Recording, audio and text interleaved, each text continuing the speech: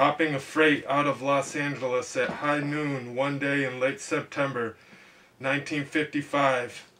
I got on a gondola and lay down with my duffel bag under my head and my knees crossed and contemplated the clouds as we rolled north to Santa Barbara.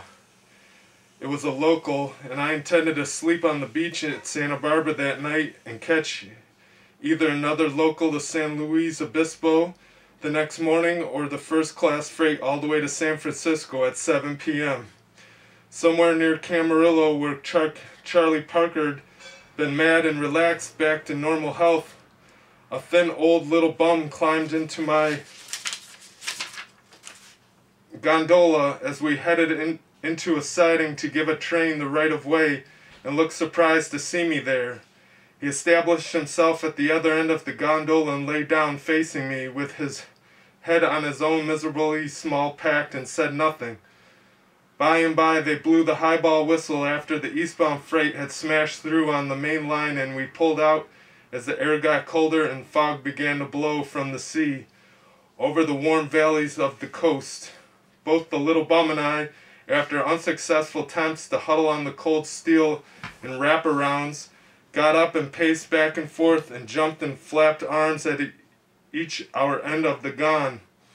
Pretty soon we headed into another siding at a small railroad town, and I figured I needed some poor boy of Tokay wine to complete the cold dust run to Santa Barbara.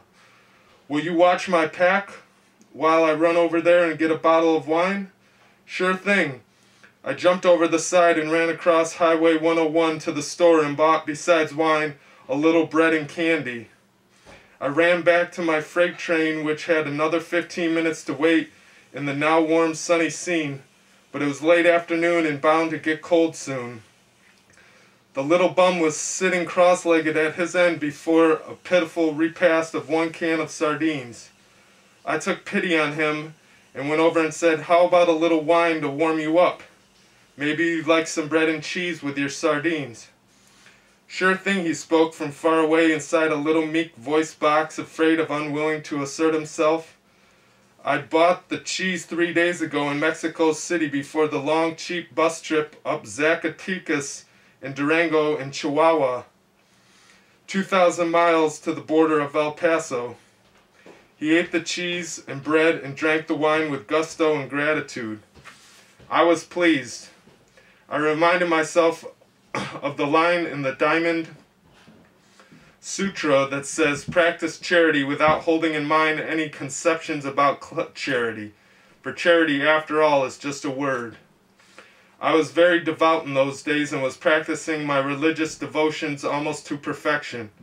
Since then I've become a little hypocritical about my lip service and a little tired of cynical because now I'm grown so old and neutral. But then I really believed in the reality of charity and kindness and humility and zeal and natural tranquility and wisdom and ecstasy. And I believed that I was an old-time haiku in modern clothes wandering the world, usually the immense triangle arc of New York, Mexico City to San Francisco.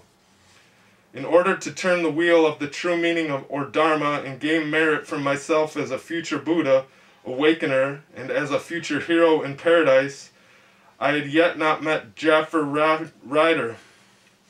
Yet. I was about to next week or heard anything about Dharma bums, although at this time I was a perfect Dharma bum myself and considered myself a religious wanderer. The little bum in the gondola solidified all my beliefs by warming up to the wine and talking and finally whipping out a tiny slip of paper which contained a prayer by St. Teresa, announcing that after her death she will return to earth by showering it with roses from heaven forever for all living creatures. "Where did you get this?" I asked. "Oh, I cut it from the Reading Room magazine in Los Angeles a couple years ago. I always carry it with me." "And you squat in boxcars and read it?"